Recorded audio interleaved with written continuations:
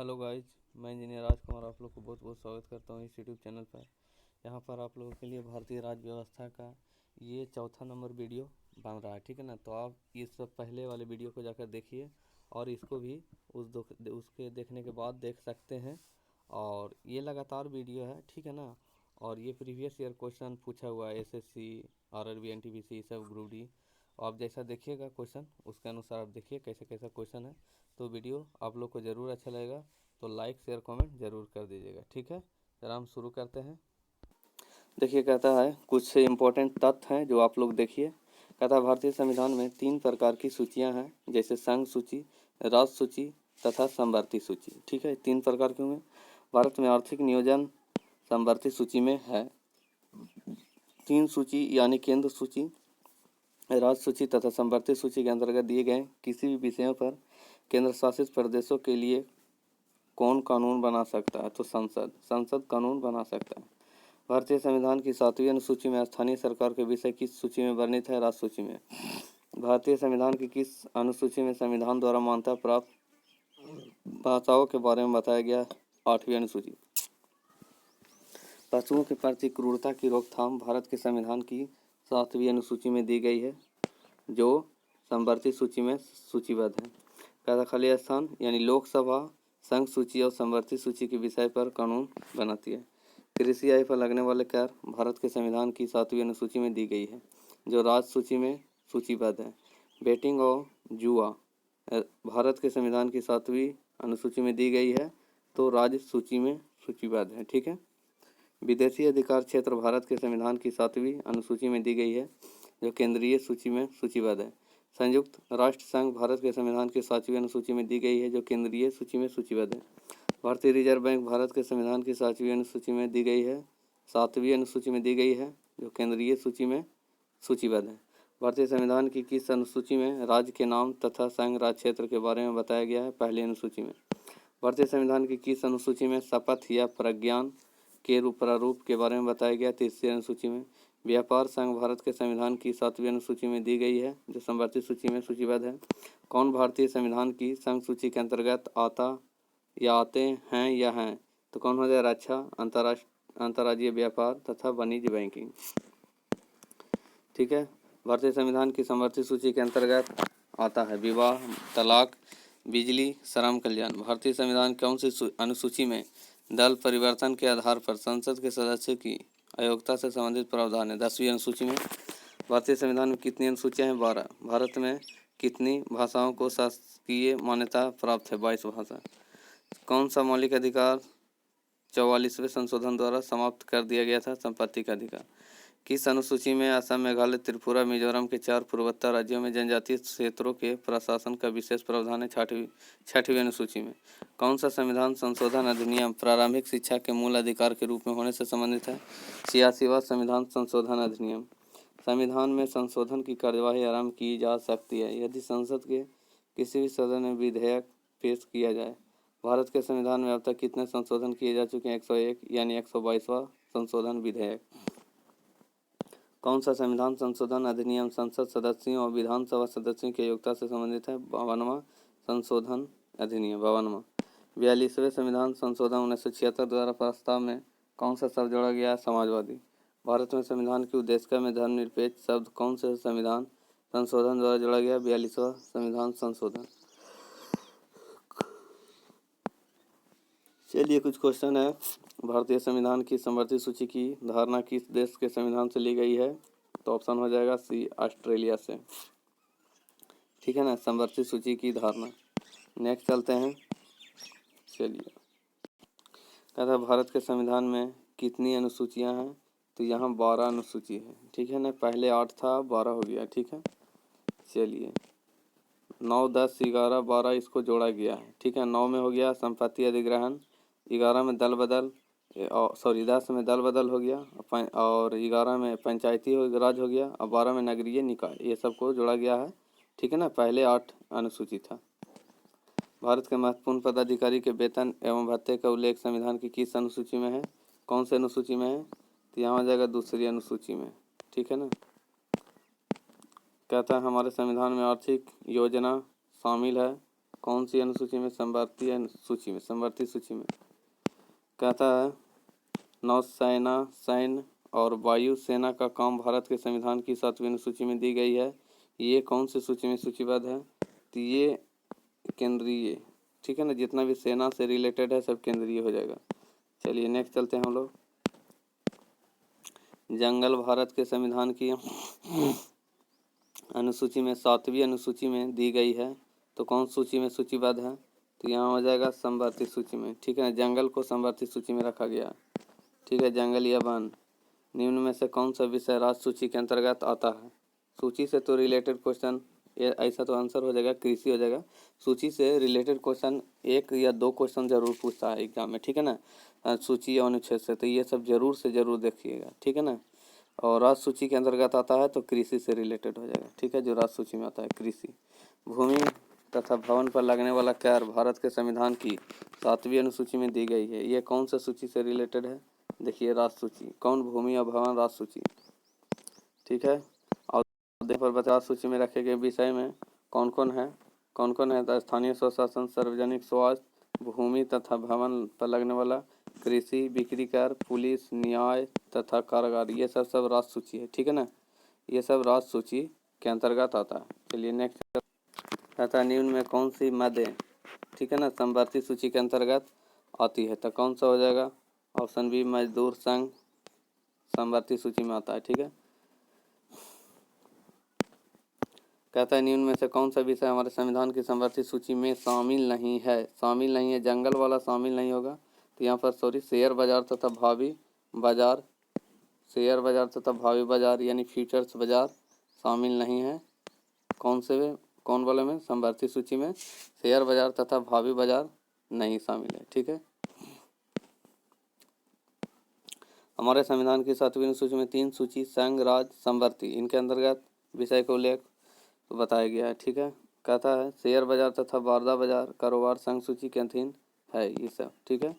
जनसंख्या नियंत्रण और परिवार नियोजन भारत के संविधान की 7वीं अनुसूची में दी गई है। कौन सी सूची से? तो यहाँ हो जाएगा समवर्ती सूची में सूचीबद्ध है। चलिए आगे बताते हैं। देखिए समवर्ती सूची के विषय कौन कौन है?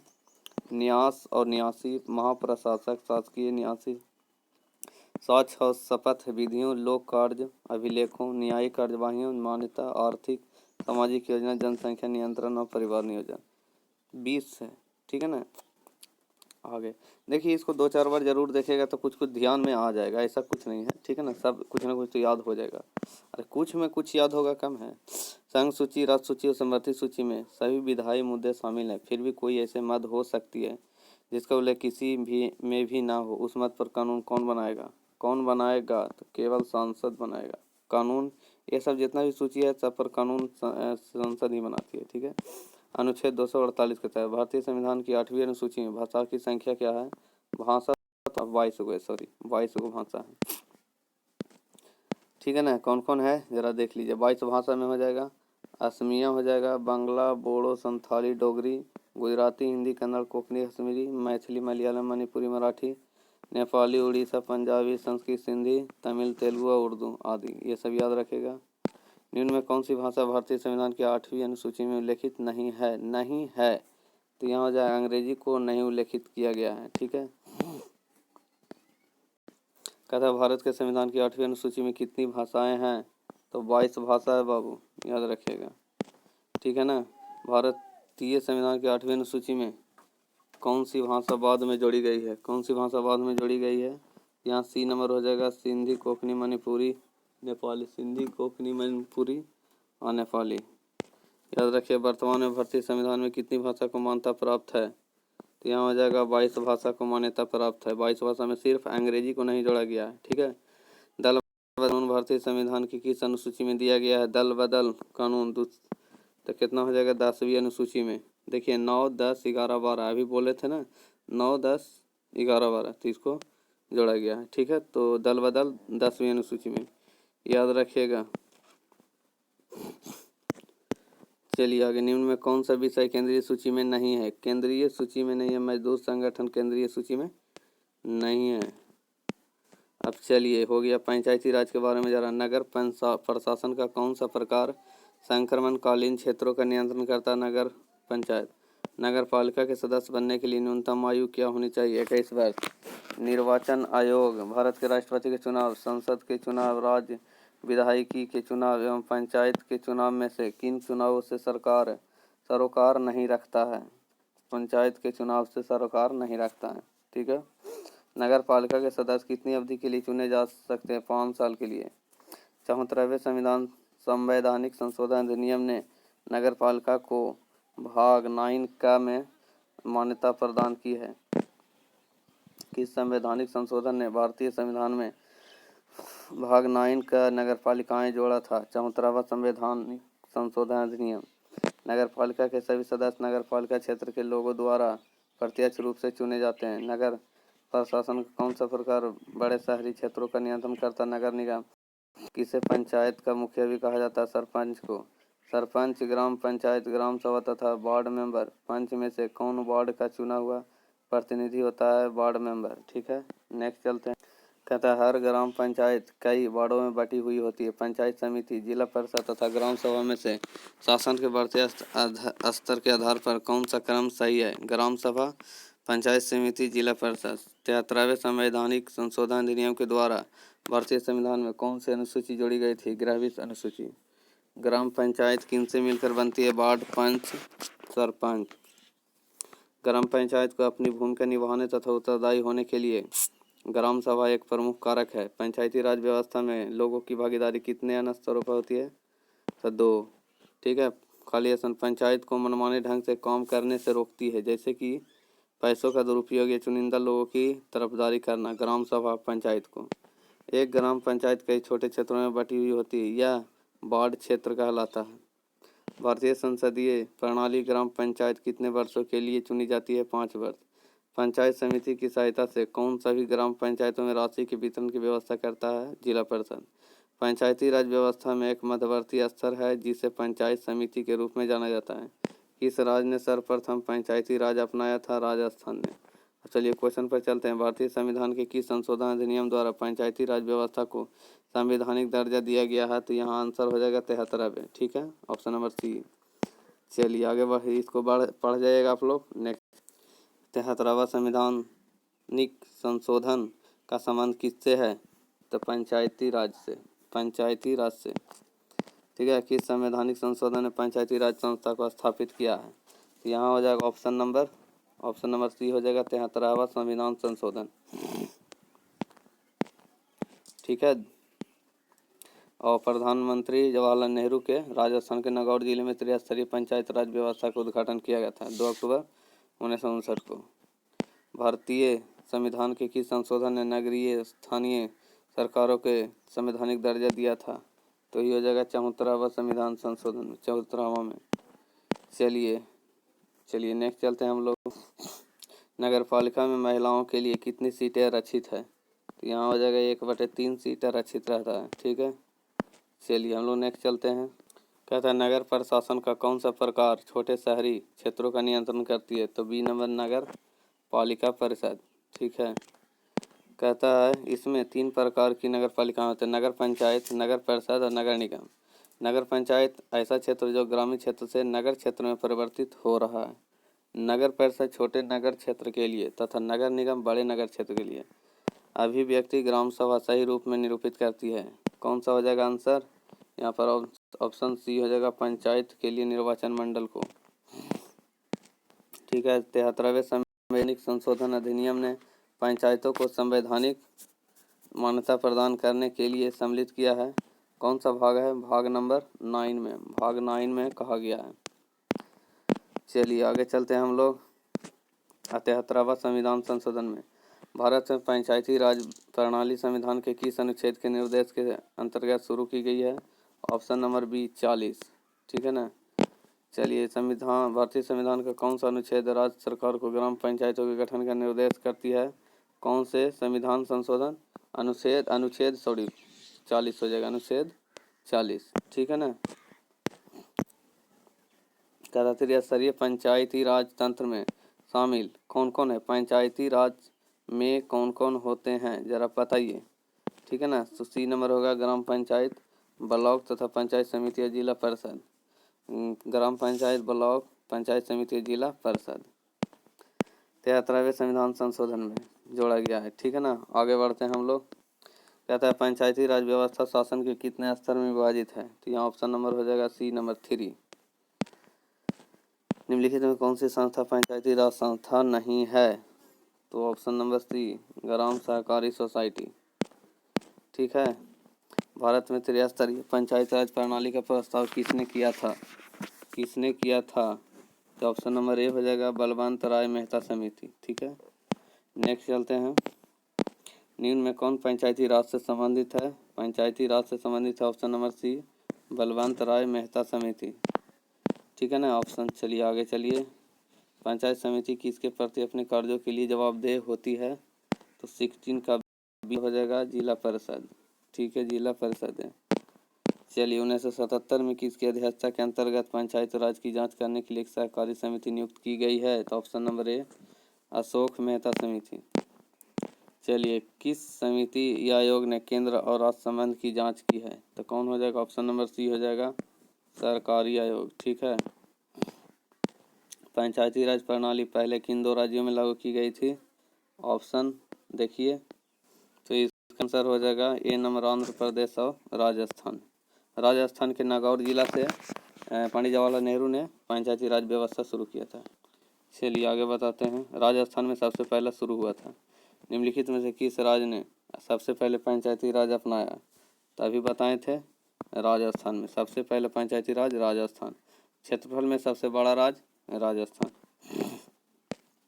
राजस्थान पहला राज्य है जिसने स्थानीय स्वशासन प्रारंभ किया। लोकतंत्रीय विकेंद्रीकरण का आशय है स्थानीय सरकार। चलिए आगे बढ़ते हैं। पंचायती राज किस सिद्धांत पर? तो सत्ता विकेंद्रीकरण पर। सत्ता विकेंद्रीकरण रहेगा। सत्ता विकेंद्रीकरण। ठीक है ना। आगे बढ़ते हैं। भारत में आधिकारिक लोकतंत्र निम्न में से कौन सुनिश्चित करता है? पंचायती राज। ऑप्शन नंबर ए स्थानीय स्वशासन संस्था से निर्वाचित पद धारकों को हटाने का प्रत्यावाहन प्रावधान कहाँ लागू किया गया था? प्रत्यावाहन और प्रावधान कहाँ लागू किया गया था? ऑप्शन नंबर ए मध्य प्रदेश में। ठीक है। चलिए नगर निगम का अध्यक्ष कौन होता है? ऑप्शन नंबर डी महापौर होता है। महापौर। ठीक है ना। चलिए आगे बताते हैं। नेक्स्ट चलते हैं। महापौर या नगर प्रमुख नगर निगम या उच्च अधिकारी होता है। मेयर का मुख्य कार्य निगम के विधायी और वैचारिक स्कंद परिषद की बैठकों की अध्यक्षता करना है। नगर निगम आयुक्त नगर निगम का प्रमुख कार्यकारी अधिकारी होता है। चलिए अब विविध में हम लोग आ गए हैं। चलिए किस संवैधानिक संशोधन नियम में दल बदल कानून पारित किया गया? 52वां संविधान संशोधन अधिनियम। भारतीय संविधान का भाग 14वां राजभाषा से संबंधित राजभाषा से संबंधित है। ठीक है ना। जो 14 है 14 नहीं है 7 है। ठीक है ना। 17 है। ठीक है ना। ये 17वां है। ठीक है ना। 17 कौन सा रिलेटेड है? राजभाषा से। ठीक है ना। तो याद रखिएगा। ठीक है। 17 याद रखिएगा। 17 राजभाषा से। भारतीय संविधान का कौन सा भाग केंद्र राज्य के वित्तीय संबंधों की चर्चा करता है? तो भाग 12 हो जाएगा। भाग 12 हो जाएगा। चलिए बांग्लादेश के राष्ट्रीय प्रतीक को कब अपनाया गया? वर्ष 1971 में। भारत का संविधान बजट को वार्षिक वित्तीय विवरण के रूप में दर्शाता है। भारतीय संविधान का कौन सा भाग संविधान के संशोधन के बारे में बताता है? तो 20 भाग 20 में। भाग कौन सा है? 20। नेक्स्ट चलते हैं। सुमेलित कीजिए पंचायती राज। ये तो सुमेलित है। पंचायती राज, स्थानीय सरकार, चुनाव आयोग, संवैधानिक, केंद्रीय सूचना आयोग, गैर संवैधानिक। आधिकारिक रूप से बांग्लादेश का पारंपरिक नाम बांग्लादेश पीपुल्स रिपब्लिक हो जाएगा। वहाँ का जो बांग्लादेश का पारंपरिक नाम है बांग्लादेश पीपुल्स रिपब्लिक। भारतीय प्रशासनिक सेवा, भारतीय पुलिस सेवा एवं भारतीय वन सेवा में से कौन सी अखिल भारतीय सेवा या सेवाएं हैं? उपयुक्त सभी। बांग्लादेश के राष्ट्रपति का आधिकारिक निवास सह कार्यालय कहलाता है बंगा भवन। किस अधिनियम ने नस्ल, धर्म तथा राष्ट्रीय मूल के आधार पर भेदभाव को निषेध कर दिया? नागरिक अधिकार अधिनियम। किस देश के पास प्रलेखित संविधान नहीं है? ब्रिटेन। नागरिक अधिकार आंदोलन किस वर्ष में शुरू हुआ? वर्ष 1955 में। कहता है भारतीय संविधान के अनुसार सरकार के कितने अंग हैं? 3। भारतीय संविधान के अनुच्छेद 368 का संबंध किससे है? संविधान संशोधन प्रक्रिया से। किस कलाकार ने भारतीय संविधान की हस्तलिखित प्रतियां सजाई है? नंदलाल बोस ने। गणतंत्र होता है वह राज्य जहाँ पर अध्यक्ष वंशानुगत रूप से न हो। संविधान के किस भाग में संविधान संशोधन की प्रक्रिया का उल्लेख है? भाग 20 में। तख्ता पलट गैर कानूनी रूप से किसी सरकार को उखाड़ फेंकना है। तख्ता पलट का मतलब किसी गैर कानूनी रूप से किसी सरकार को उखाड़ फेंकना है। ठीक है। किस प्रकार की सरकार में लोग सभी राजनीतिक शक्ति का स्रोत है? लोकतांत्रिक। प्रधानमंत्री, वित्त मंत्री, रक्षा मंत्री तथा जिला कलेक्टर में से कौन अस्थायी कार्यकारी का उदाहरण? जिला कलेक्टर। लोकतंत्र बेहतर निर्णय लेने की संभावना को बढ़ाता है। ठीक है। मीडिया, विधायिका, कार्यकारी तथा न्यायपालिका में से कौन से भारतीय सरकार का अंग है? विधायिका, कार्यकारी तथा न्यायपालिका। किस प्रकार की सरकार नागरिकों का सम्मान बढ़ाती है? लोकतांत्रिक। कहता है लोकतांत्रिक व्यवस्था दूसरों से बेहतर है क्योंकि वह हमें उसकी गलती को ठीक करने का अवसर प्रदान करती है। लोकतंत्र शासन का एक ऐसा रूप है जिसमें शासक लोगों द्वारा चुना जाता है। कहता है लोकतांत्रिक सरकार निष्पक्ष तथा स्वतंत्र चुनाव पर आधारित होना चाहिए। सत्ता में बैठे लोग के लिए जीत हार के अवसर समान हो। किस प्रकार के शासन में अंतिम निर्णय लेने की शक्ति लोगों द्वारा चुने हुए प्रतिनिधि के पास होती है? तो लोकतांत्रिक में। नेक्स्ट चलते। कहता है एक लोकतांत्रिक सरकार संवैधानिक कानूनों और नागरिक अधिकारों के दायरे के अंदर ही काम करती है। लोकतांत्रिक। ऑल इंडिया अन्ना द्रविड़ मुनेत्र कड़गम AIADMK की स्थापना किस वर्ष में? 1972 में। 7वां संशोधन, 42वां संशोधन या 44वां संशोधन तथा 74वां संशोधन में से किसे भारत का लघु संविधान कहा जाता है? 42वां संविधान संशोधन को। किस प्रकार के शासन में शासकों का चुनाव लोग करते हैं? लोकतंत्र। सरकार के किस अंग में लोगों के निर्वाचित प्रतिनिधि होते? विधायिका में। विभिन्न प्रकार की सरकारों से संबंधित शक्तियों के पृथकीकरण का सिद्धांत किसने दिया था? मॉन्टेस्क्यू। न्यायपालिका, कार्यपालिका, विधायिका में से सरकार का कौन सा अंग कुछ ऐसे लोगों का समूह होता है जो कानूनों को लागू करने तथा शासन चलाने का कार्य देखते हैं? कार्यपालिका का। फासीवाद किस देश में उत्पन्न हुआ? इटली में। भारतीय संविधान के अनुसार सरकार के 3 अंग होते हैं। विधायिका, संचार माध्यम, न्यायपालिका में से कौन सा से उसके अंग नहीं होते हैं? संचार माध्यम। तमिल। पुडुचेरी की शासकीय भाषा है तमिल। चलिए, भारत के संविधान का 42वां संशोधन वर्ष 1977 में अधिनियमित किया गया था। राष्ट्र संघ का गठन किस युद्ध के अंत में किया गया था? प्रथम विश्व युद्ध के। कौन सा देश संयुक्त राष्ट्र सुरक्षा परिषद का स्थायी सदस्य नहीं है? भारत। विश्व में कुल देशों की संख्या क्या है? 195।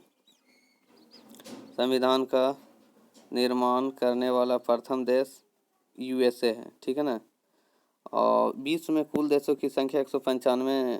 हाँ चलिए ठीक, हाँ सही है। किससे मौलिक कर्तव्य का अपनाया गया? USSR संविधान से। ठीक है। नेक्स्ट चलते हैं। वेस्टमिंस्टर संसदीय प्रणाली को UK में विकसित किया गया था। किस देश का संविधान विश्व के किसी भी सार्वभौम देश में सबसे बड़ा लिखित संविधान है? भारत का।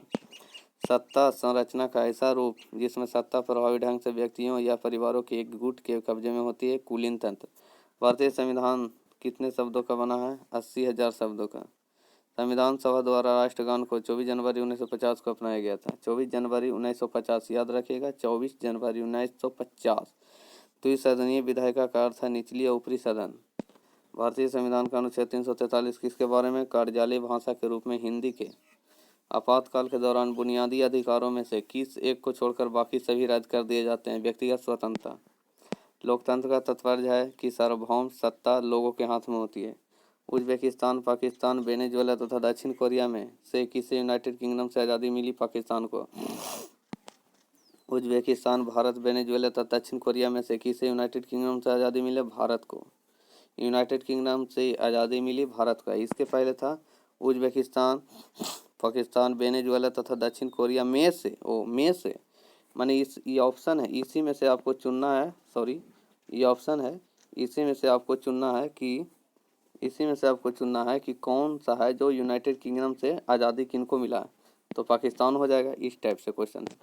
उज्बेकिस्तान, भारत, वेनेजुएला तथा दक्षिण कोरिया में से किसे यूनाइटेड किंगडम से आज़ादी मिली है? तो भारत को। इसका ऑप्शन है भारत। ठीक है। नेक्स्ट चलिए। उज्बेकिस्तान, यूनाइटेड स्टेट, वेनेजुएला तथा दक्षिण कोरिया में से किसे यूनाइटेड किंगडम से आज़ादी मिली है? United state. ठीक है, यूनाइटेड स्टेट। चलिए, भारत में पूर्व की तरफ देखो नीति किस प्रधानमंत्री द्वारा प्रारंभ की गई? पीवी नरसिम्हा राव द्वारा। भारतीय संसद भवन का डिजाइन एडविन लुटियंस द्वारा तैयार किया गया था। भारतीय संसद के भवन को संसद भवन कहा जाता है। राष्ट्रीय जनतांत्रिक गठबंधन की स्थापना कब हुई थी? वर्ष 1998 में। भारतीय राष्ट्रीय कांग्रेस किस राजनीतिक समूह का एक हिस्सा है? संयुक्त प्रगतिशील गठबंधन का। ठीक है, नेक्स्ट चलते हैं। आता है संयुक्त प्रगतिशील गठबंधन की स्थापना कब हुई थी? वर्ष 2004 में। भारतीय जनता पार्टी किस राजनीतिक समूह का एक हिस्सा है? राष्ट्रीय जनतांत्रिक गठबंधन का। अखिल भारतीय तृणमूल कांग्रेस को वर्ष 1998 में स्थापित किया गया था। भारतीय राजनीतिक पार्टी AITC का पूरा नाम क्या है? All India Trinamool Congress. भारत की कम्युनिस्ट पार्टी को वर्ष 1925 में स्थापित किया गया था। वर्ष 1925 में। मलयालम के शासकीय भाषा लक्षद्वीप एवं केरल की शासकीय भाषा है मलयालम। ठीक है, मलयालम भाषा मुख्य रूप से किस राज्य में बोली जाती है? केरल में। और लक्षद्वीप में भी हो जाएगा, लेकिन यहाँ केरल है। मराठी दादर और नगर हवेली की शासकीय भाषा है। तेलुगु आंध्र प्रदेश की शासकीय भाषा है। अंग्रेजी मेघालय की शासकीय भाषा है। ठीक है ना। और कर्नाटक में भी अंग्रेजी लगता बोला जाता है। ठीक है ना, याद रखिएगा।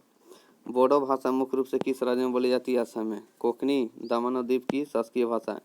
मैथिली भाषा मुख्य रूप से किस राज्य में बोली जाती है? बिहार में। मैथिली बिहार से याद रखिएगा। ये क्वेश्चन पूछ दिया था एक बार। ठीक है ना, तो मैथिली बिहार में याद रखिएगा। डोगरी भाषा मुख्य रूप से किस राज्य में बोली जाती है? जम्मू और कश्मीर में। नेपाली भाषा मुख्य रूप से किस राज्य में बोली जाती है? सिक्किम में।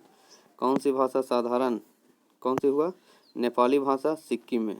कौन सी भाषा साधारणतः भारत के दक्षिणी हिस्से में बोली जाती है? मैथिली नहीं बोली जाती है, सॉरी, भारत के दक्षिणी हिस्से में नहीं बोली जाती है मैथिली। बहुजन समाज पार्टी की स्थापना वर्ष 1984 में की गई थी। भारतीय राजनीतिक पार्टी बसपा BSP का पूरा नाम क्या है? बहुजन समाज पार्टी। भारतीय राजनीतिक पार्टी NCP का पूरा नाम है नेशनल कांग्रेस पार्टी। राष्ट्रवादी कांग्रेस पार्टी को वर्ष 1999 में स्थापित किया गया था। चलिए आगे बढ़ते हैं। भारतीय राजनीतिक पार्टी CPIM का पूरा नाम क्या है? कम्युनिस्ट पार्टी ऑफ इंडिया मार्क्सवादी। भारतीय राजनीतिक पार्टी CPI का पूरा नाम क्या है? Communist party of India. संयुक्त राष्ट्र संघ अस्तित्व में 1945 में। संयुक्त राष्ट्र सुरक्षा परिषद के 5 अस्थायी सदस्य कौन कौन है? चीन, फ्रांस, रूस, ब्रिटेन, अमेरिका। ये सब अस्थायी सदस्य हैं। कौन है? चीन है, फ्रांस, रूस, ब्रिटेन, अमेरिका।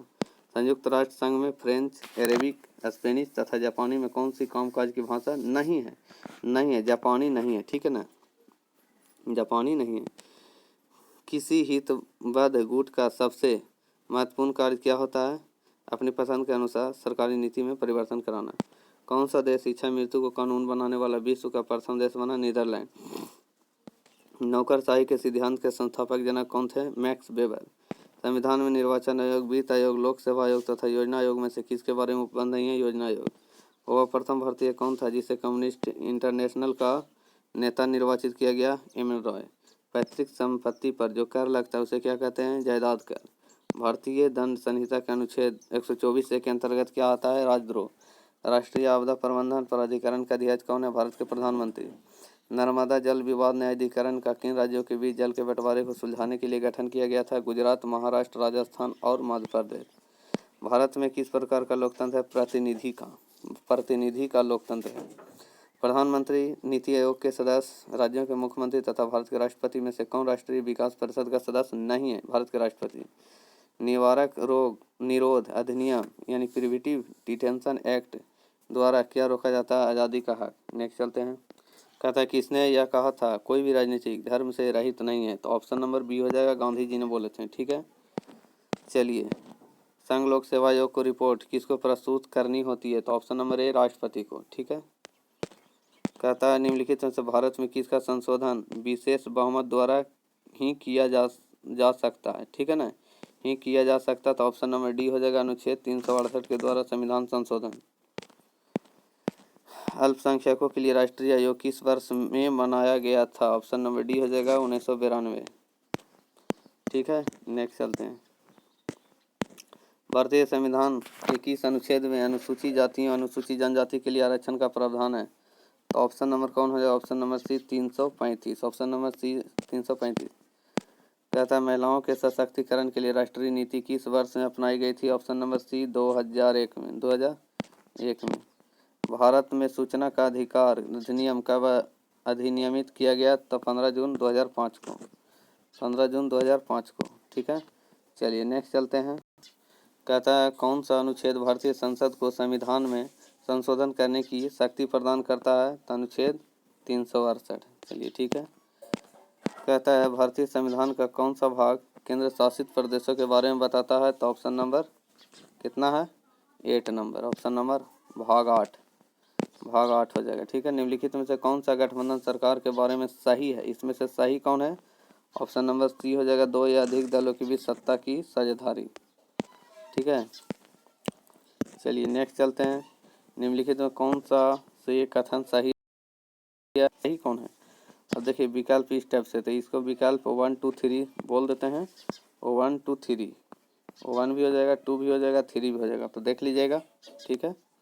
चलिए कहता है कौन सी सरकार महिलाओं तथा पुरुषों को समान अधिकार का अवसर देने में विश्वास रखती है? तो इसके लिए ऑप्शन में पता ना आंसर इसका है या नहीं है। देखिए इसका हमारे हिसाब से तो नहीं होगा, देख लेते हैं इसको पूरा। लोकतांत्रिक सरकार महिलाओं तथा पुरुषों को समान अधिकार तथा अवसर देने में विश्वास रखती है, जबकि नारीवादी सरकार पुरुषों पर स्त्रियों को वरीयता प्रदान कर विषमता को बदल देती है। तो इसका आंसर तो नहीं है। ठीक है ना, इसमें से आंसर इसका नहीं है। ठीक है ना, दोनों को समान अधिकार के लिए कुछ अलग कानून होगा। ठीक है। चलिए आगे बढ़ते हैं। निम्नलिखित में से कौन भारत सरकार का अंग नहीं है? तो यहाँ हो जाएगा मीडिया भारत सरकार का अंग नहीं है। ठीक है ना, भारत सरकार के विशिष्ट अंग है विधायिका, कार्यपालिका, न्यायपालिका। मीडिया लोकतंत्र में 4 स्तंभ में से एक है। कहेगा कि लोकतंत्र के स्तंभ है, उसमें से मीडिया एक स्तंभ है। ठीक है ना।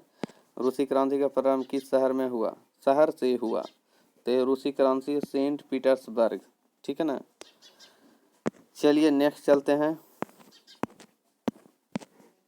चीन की मुक्ति के समय चीनी कम्युनिस्ट पार्टी का अध्यक्ष कौन था? तो ऑप्शन नंबर सी माओ जिडोंग। ठीक है। निम्न में से एक कानून महिलाओं के हित के पक्ष में है। कौन सा कानून? शरीर व्यापार निवारण अधिनियम। ठीक है। त्रिभाषा सूत्र की सिफारिश किस समिति ने की थी? यहाँ हो जाएगा कोठारी समिति, ऑप्शन नंबर डी। चलिए आगे बढ़ते हैं हम लोग। यूएसए का राष्ट्रपति उच्चतम न्यायालय के न्यायाधीश की नियुक्ति किस प्रकार करता है? तो ऑप्शन नंबर ए हो जाएगा, सीनेट की सहमति से। निम्नलिखित में से कौन सा अध्याचात्मक सरकार का एक गुण है? कौन सा गुण है? तो ऑप्शन नंबर डी इसमें सही हो जाएगा। ठीक है। यह लोगों की स्वतंत्रता को सुरक्षित करता है, यह नीतियों के शीघ्र निष्पादन को सुनिश्चित करता है, कार्यपालक की नियत कार्य विधि अत्यंत स्थिरता की भावना प्रदान करता है। ये तीनों हो जाएगा। निम्न में से अध्याचात्मक यानी राष्ट्रपति वाली सरकार किस प्रकार से बनती है? तो ऑप्शन नंबर डी उपयुक्त सभी। कार्यकाल की निश्चित अवधि, कार्यपालिका, विधानमंडल सदस्य के बीच में कोई दोहराव नहीं, राष्ट्रपति का लोकमत द्वारा चुनाव, तीनों हो जाएगा। ठीक है। चलिए आगे बढ़ते हैं। नेक्स्ट चलते हैं। कहता है कि इस तंत्र में कुछ लोग अधिक लोगों पर शासन करते हैं? तो ऑप्शन नंबर बी हो जाएगा, अल्पतंत्र।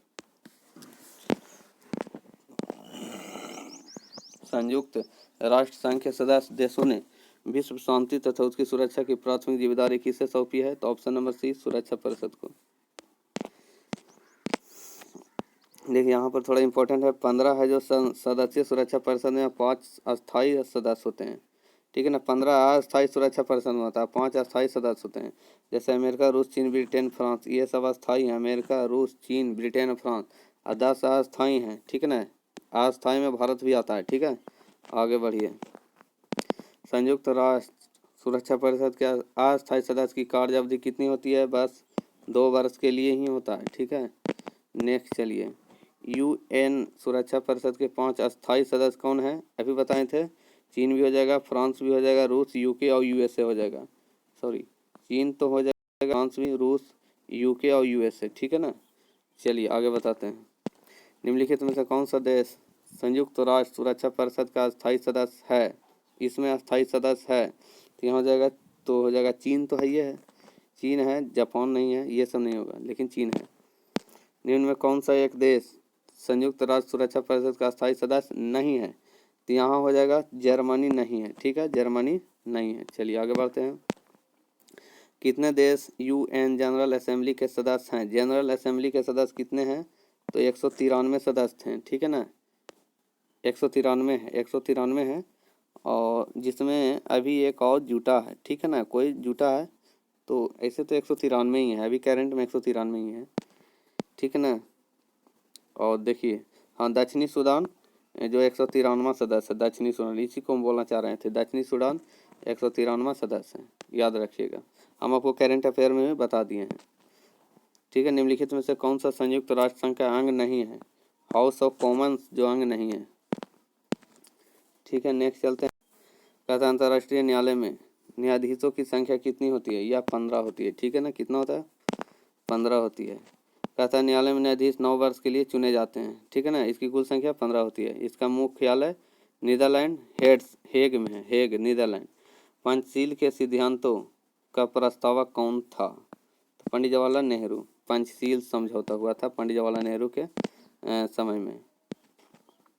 ये 5 सिद्धांत है। एक दूसरे के क्षेत्रीय अखंडता और संप्रभुता के लिए आपसी सम्मान और अनाक्रमण, और एक दूसरे के आंतरिक मामलों में हस्तक्षेप न करना, समानता और पारस्परिक लाभ और शांतिपूर्ण सहअस्तित्व, ये सब कुछ प्रस्ताव थे। चीन की राष्ट्रीय संसदीय निकाय को कहा जाता है? चीन को, यहाँ हो जाएगा ऑप्शन नेशनल पीपुल्स कांग्रेस, संसदीय को, ठीक है ना। संसदीय निकाय को नेशनल पीपुल्स कांग्रेस बोलते हैं। सरकार किसकी एजेंसी है? किसकी एजेंसी है? तो राज्य की एजेंसी है, ठीक है। चलिए, राज्य के अधीन क्या है? राज्य के अधीन आंतरिक एवं बाह्य दोनों संप्रभुता है, ठीक है। कहता है निम्नलिखित में से कौन सा तत्व राज्य का अनिवार्य तत्व नहीं है? तो ऑप्शन नंबर बी हो जाएगा प्रशासन। चलिए, निम्नलिखित में से कौन सा एक राज्य घटक नहीं है? तो ऑप्शन नंबर सी हो जाएगा सेना। निम्नलिखित में से कौन सी एक राज्य विशिष्ट नहीं है? तो ऑप्शन नंबर डी हो जाएगा प्रभुसत्ता। चलिए नेक्स्ट चलते हैं हम लोग। कहता है राज्य का एक अनिवार्य तत्व निम्न में से कौन सा है? ठीक है ना। तो ऑप्शन नंबर डी, ये सभी हो जाएगा। प्रभुसत्ता, राज क्षेत्र और शासन सरकार, ये तीनों होना चाहिए, राज्य के अनिवार्य तत्व हैं। स्वतंत्रता को किस प्रकार सीमित किया जा सकता है? तो ऑप्शन नंबर बी, विधि द्वारा, ठीक है। चलिए आगे बढ़ते हैं। निम्न में कौन सा अमेरिकी राष्ट्रपति बनने से पहले एक सुप्रसिद्ध फिल्म टीवी अभिनेता थे? तो option number D, Ronald Reagan. चलिए, फ्रांस में आतंकवाद के शासन के दौरान निम्न में से किसने महत्वपूर्ण भूमिका निभाई थी? कौन हो जाएगा? ऑप्शन नंबर डी हो गया रॉबेस्पियर। चलिए नेक्स्ट चलते हैं हम लोग। दल रहित लोकतंत्र के पक्ष में कौन था? तो ऑप्शन नंबर ए हो जाएगा जयप्रकाश नारायण, ठीक है। नेक्स्ट चलते हैं। निम्न में कौन सा भारत के लिए चुनौती पैदा नहीं करता है? तो ऑप्शन नंबर सी हो जाएगा समाजवाद, ठीक है। देखिए कुछ इंपॉर्टेंट, संप्रदायवाद, प्रादेशिकता तथा जाति की भावनाएं भारतीय राजनीतिक व्यवस्था के समक्ष उत्पन्न प्रमुख चुनौती है, जबकि समाजवाद भारतीय संविधान की प्रस्तावना में निहित है। कौन सा देश एक दलीय प्रणाली अपना रहा है? तो ऑप्शन नंबर डी हो जाएगा चीन। चीन एक राजनीतिक दल कम्युनिस्ट पार्टी है। लोकपाल का विचार लिया गया कहाँ से? स्कैंडिनेवियाई देश से, स्कैंडिनेवियाई देश से, ठीक है ना। देखिए थोड़ा सा इम्पोर्टेंस है, ऐसे इसको 2-4 बार पढ़िएगा तो बोलने आ जाएगा, ठीक है। लोकपाल या ओम्बुड्समैन का विचार स्कैंडिनेवियाई देश से लिया गया, ठीक है। और ओम्बुड्समैन से तात्पर्य है कार्यपालिका तथा विधायिका से स्वतंत्र ऐसी संस्था से जो पर्यवेक्षक एजेंसी के रूप में नागरिकों के अधिकारों एवं हितों के संरक्षण हेतु कार्य करती है।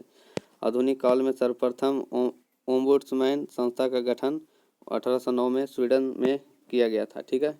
चलिए नेक्स्ट चलते हैं हम लोग। कथा निम्नलिखित में से क्या स्वतंत्र और स्वाधीनता में बाधक है? तो ऑप्शन नंबर 1 केंद्रीकरण, ठीक है। लोकतंत्र की सफलता निर्भर करती है किससे? ए नंबर आलोचना के अधिकार पर।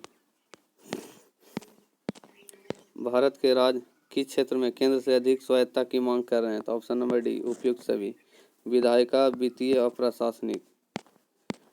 निम्नलिखित में से किस भाषा को केंद्रीय सरकार द्वारा श्रेय भाषा का दर्जा दिया गया? तो ऑप्शन नंबर बी हो जाएगा तमिल, ठीक है। नेक्स्ट चलते हैं हम लोग। क्या था? वर्तमान में संस्कृत, तमिल, तेलुगु, कन्नड़, उड़ीसा, मलयालम भाषा को केंद्रीय सरकार द्वारा श्रेय भाषा क्लासिकल भाषा का दर्जा प्राप्त है। उल्लेखनीय है कि मराठी भाषा को क्लासिकल भाषा का दर्जा प्रदान करने संबंधी प्रस्ताव मंत्रालय के अधीन विचारहीन है। शक्ति के विकेंद्रीकरण को गांधी जी के समर्थन का क्या कारण था? तो ऑप्शन नंबर हो जाएगा ए विकेंद्रीकरण, लोकतंत्र में लोगों की अधिक भागीदारी सुनिश्चित करना, ठीक है। चलिए, लोगों की सहमति का अर्थ है ऑप्शन नंबर सी, अधिकांश लोगों की सहमति। ठीक है, ये एकात्मक संरचना और आध्यात्मक शासन प्रणाली रूप वाले देश का एक उदाहरण है ऑप्शन नंबर डी, फ्रांस। ठीक है, कहता है फ्रांस। चलिए नेक्स्ट चलते हैं। कहता है निम्नलिखित में से कौन सी केंद्रीयकरणवादी सरकार की विशिष्टता नहीं है? तो न्यायिक समीक्षा हो जाएगा, न्यायिक समीक्षा ऑप्शन नंबर बी। कहता है आमतौर पर सिद्धांत और व्यवहार के बीच यहाँ पर बड़ा अंतर देखा जाता है। कहाँ पर बड़ा अंतर? तो ऑप्शन नंबर सी, सरकार की संसदीय स्वरूप। ठीक है, सार्वजनिक पद का अधिकार है ऑप्शन नंबर बी, राजनीतिक अधिकार। कहता है बृहत्तर भारत निम्न में से किसका द्योतक है? सांस्कृतिक एकता का। ठीक है, चलिए आगे बढ़ते हैं हम लोग। किस देश में वित्त विधेयक विधानमंडल के ऊपरी सदन में पेश किया जाता है? तो ऑप्शन नंबर डी, जर्मनी। ठीक है, कहता है निम्नलिखित में से बहुल कार्यपालिका का उदाहरण है? कौन सा हो जाएगा? स्विट्जरलैंड हो जाएगा, डी नंबर ऑप्शन। निम्नलिखित अमेरिकी राष्ट्रपति ने कूटनीतिक संबंध सुदृढ़ करने के लिए 1972 में चीन का दौरा किया। कौन थे? रिचर्ड निक्सन जो अमेरिकी राष्ट्रपति थे, क्या 1969 से 74 तक की अवधि में। संयुक्त राष्ट्र सभा के अनुसार बाल अधिकार के अंतर्गत निम्नलिखित में से कौन सा अधिकार नहीं आता है? तो ऑप्शन नंबर डी, विवाह का अधिकार। मिलान कीजिए इसमें से कौन कोड सही है। चलिए 60 नंबर के हम चलते हैं। यहाँ हो जाएगा आपका 60 नंबर का ऑप्शन नंबर सी हो जाएगा, DCAB। तो आप मिला लीजिएगा यहाँ DCAB। तो यहाँ पर मिलाना तो ऐसे आप ऑप्शन देख लीजिएगा, DCAB हो जाएगा, ऑप्शन नंबर सी हो जाएगा। ठीक है ना, आप रोक कर वीडियो को रोक कर कलम कॉपी निकाल कर इसको मिला के देख सकते हैं ना। तो देखिए इसका आंसर यहाँ देख लीजिए डायरेक्ट ही आंसर। ठीक है, अध्यक्षात्मक प्रणाली को शक्ति पृथक्करण, संसदीय प्रणाली कार्यपालिका विधानमंडल के बीच घनिष्ठ संबंध, संघीय प्रणाली शक्ति का विभाजन, एकात्मक प्रणाली शक्ति का संकेंद्रण। तो ये आपका इंपॉर्टेंस है। मिलान सूची है, देखिए इसका भी यहाँ मिला हुआ है, तो ऑप्शन नंबर डी हो जाएगा। यहाँ मिला हुआ है संयुक्त राष्ट्र औद्योगिक विकास संगठन, वियना, ऑस्ट्रिया, खाद्य एवं कृषि संगठन, रोम, इटली। संयुक्त राष्ट्र शैक्षिक, वैज्ञानिक एवं संस्कृति संगठन, पेरिस, फ्रांस। विश्व स्वास्थ्य संगठन, जेनेवा, स्विट्जरलैंड। ठीक है, मिला लीजिएगा, मिला हुआ है, आप उसको देख लीजिएगा। आदर्शवाद का जनक किसे माना जाता है? आदर्शवाद प्लेटो को माना जाता है। ठीक है ना, नेक्स्ट चलिए।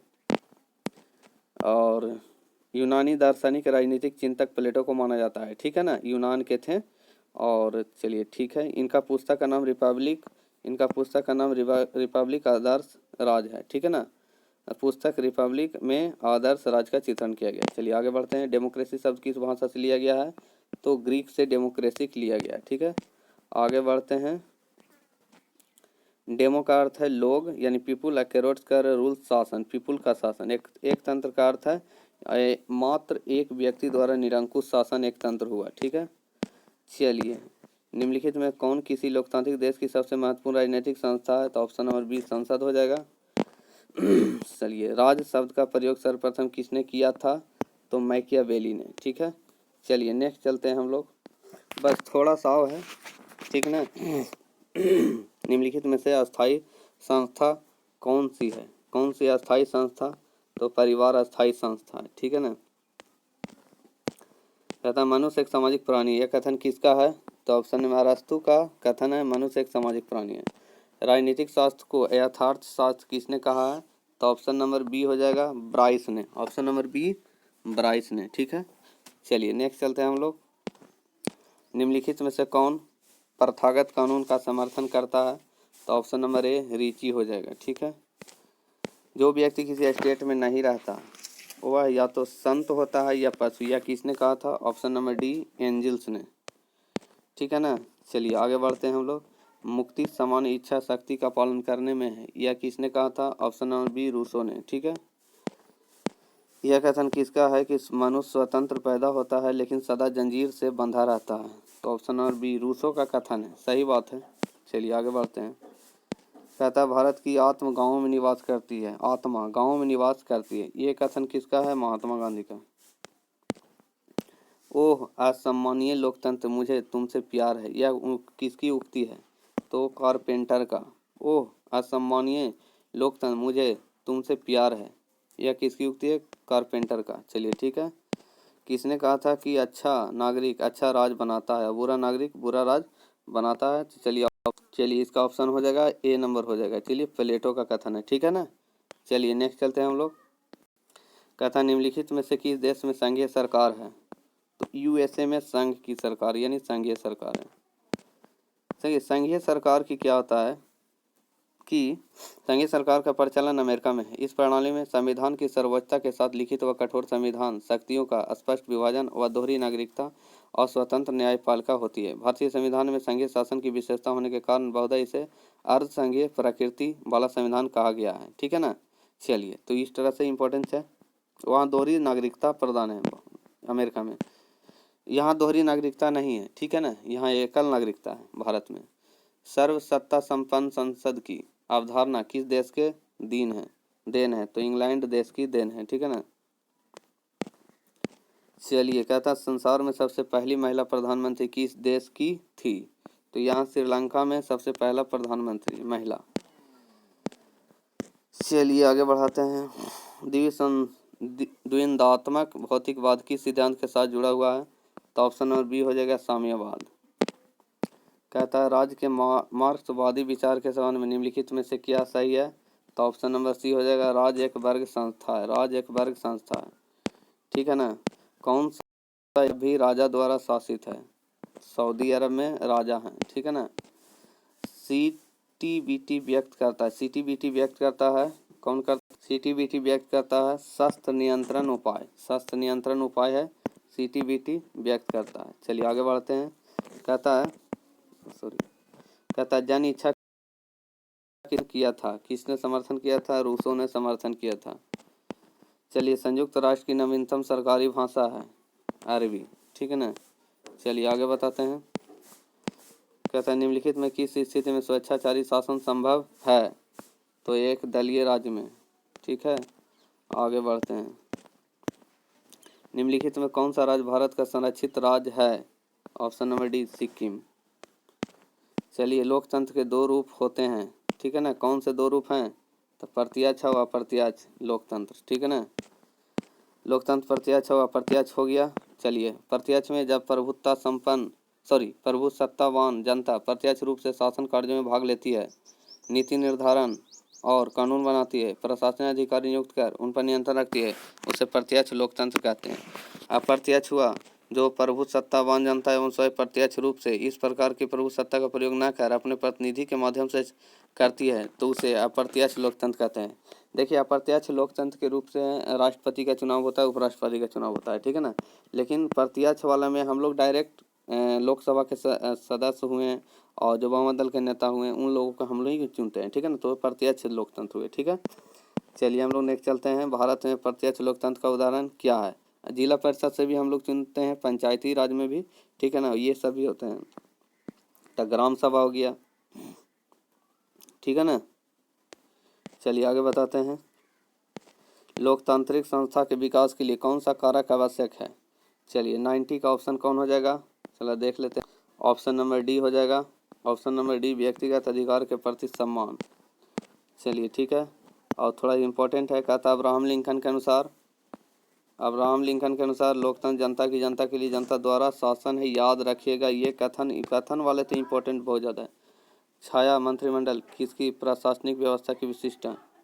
91 का डी ब्रिटेन। कहता है हो गया छाया मंत्रिमंडल की रीति कहाँ शुरू हुई थी? Option number be great Britain में। चलिए नेक्स्ट चलते हैं। सूचना का अधिकार अधिनियम किस वर्ष पारित हुआ था? ऑप्शन नंबर बी हो जाएगा 2005 में।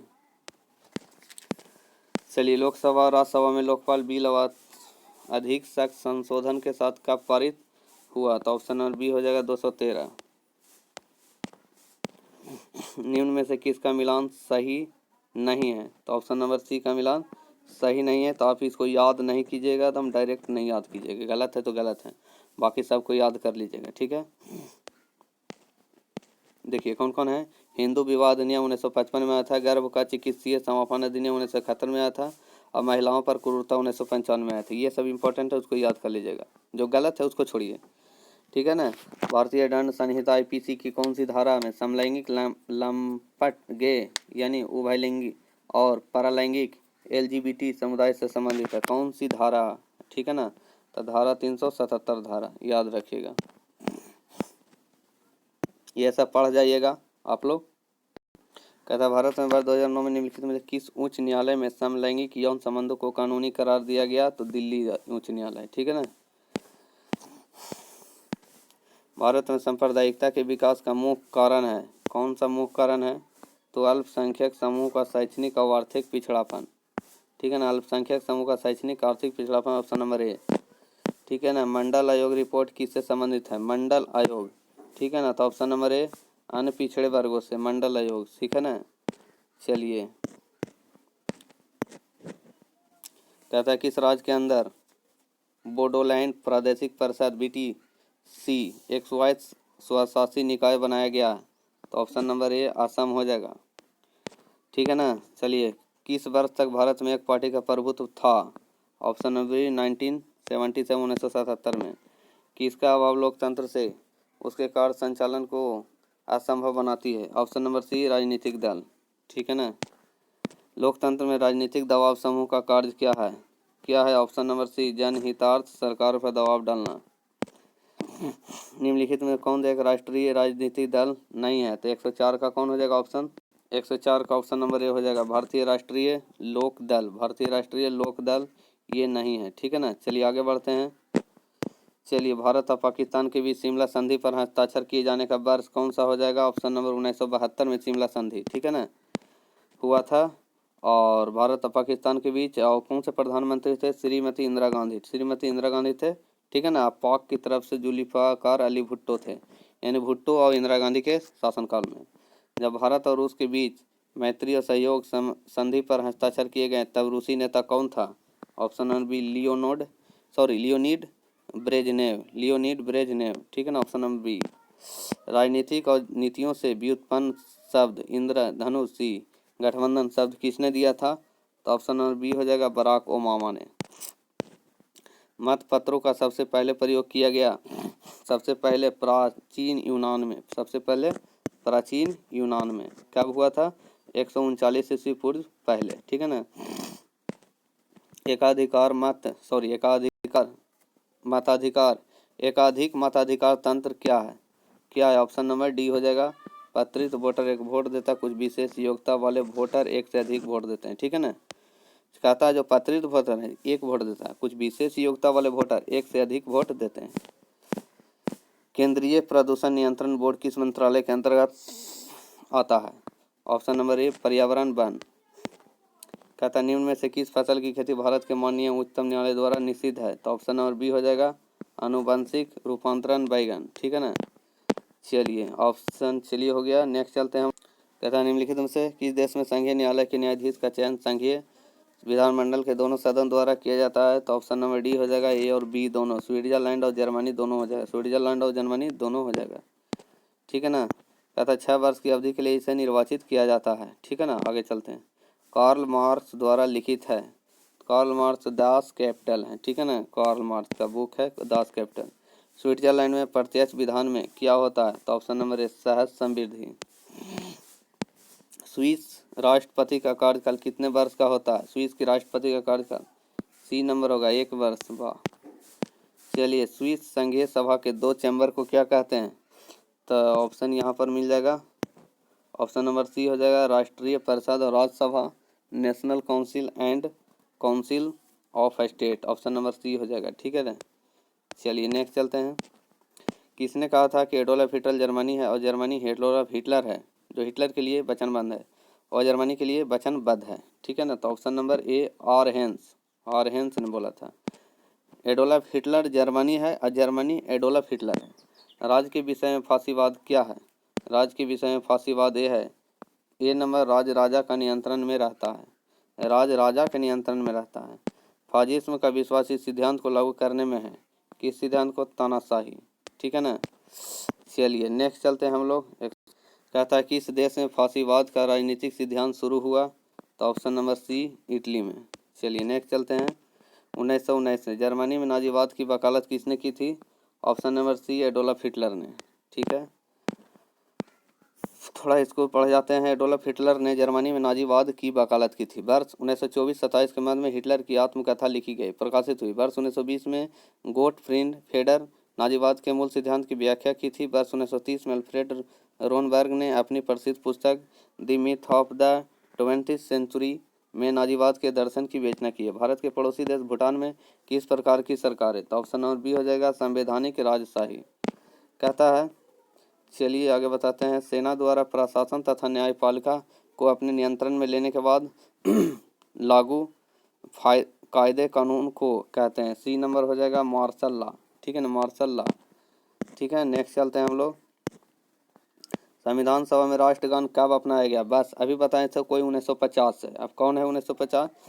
तो 24 जनवरी 1950। याद रखिएगा 24 जनवरी 1950 को अपनाया गया था। ठीक है ना। चलिए, और रविन्द्रनाथ टैगोर के द्वारा रचित जनगण मन है। तो याद रखिएगा 2 ऑप्शन यहाँ हो गया। भारत की संसद ने पर्यावरण बिल इस वर्ष पारित किया। कौन सा वर्ष पारित किया? 1986 को पर्यावरण बिल पारित किया है। सटल कूटनीति का विचार निम्न शांति समझौते के साथ निकटता से जुड़ा हुआ है। तो ऑप्शन नंबर ए हो जाएगा मध्य पूर्व शांति समझौता। ठीक है ना। चलिए आगे बढ़ते हैं। किस प्रकार के निर्णय आमतौर पर हानि लाभ का सावधानीपूर्वक हिसाब लगाकर लिए जाते हैं? तो युक्ति परक हो जाएगा, ऑप्शन नंबर सी। आगे चलते हैं हम लोग। केंद्रीय अन्वेषण और सूचना ब्यूरो भारत के संविधान की 7वीं अनुसूची में दी गई है। तो ऑप्शन नंबर ए हो जाएगा केंद्रीय अनुसूची में। चलिए अब देखिए थोड़ा सा समझिए संघ सूची के विषय में कौन कौन है। विषय सेना, रक्षा, विदेशी मामले, रेड, डाक, बचत, परमाणु ऊर्जा, नागरिकता, केंद्रीय अनुसूचना और सूचना अन्वेषण ब्यूरो आदि। ये सब हुआ संघ सूची के में आते हैं। चलिए नेक्स्ट चलाते हैं, आगे बढ़ते हैं। निम्नलिखित का उपयुक्त वरीयता आरोही क्रम में बताइए। तो आरोही क्रम में हो जाएगा बी नंबर 2 1 3 हो जाएगा। 2 1 3 हो जाएगा इस टाइप से। चलिए 2 1 3। ठीक है ना। आगे बढ़िए। पहले ग्राम सभा, पंचायत समिति, जिला परिषद। ठीक है, नेक्स्ट चलते हैं। राष्ट्रीय पिछड़ा वर्ग आयोग की स्थापना कब की गया था? 1993 में। ठीक है ना। चलिए आगे बढ़ते हैं। क्रीमी लेयर का तात्पर्य है, बी नंबर हो जाएगा आय के स्तर के आधार पर वर्गीकरण। क्रीमी लेयर का तात्पर्य आय के स्तर के आधार पर वर्गीकरण। नेक्स्ट चलते हैं। चलिए तो ये आपके कुछ इंपॉर्टेंट क्वेश्चन थे।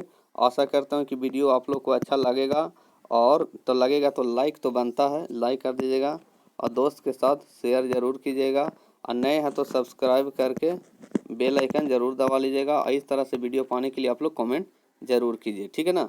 और किसी प्रकार का प्रॉब्लम हो और किसी क्वेश्चन पर आपको डाउट लग सकता है तो आप गूगल बाबा से जाके पूछ सकते हैं, देख सकते हैं। ठीक है ना। Thank you. जय हिंद, जय भारत।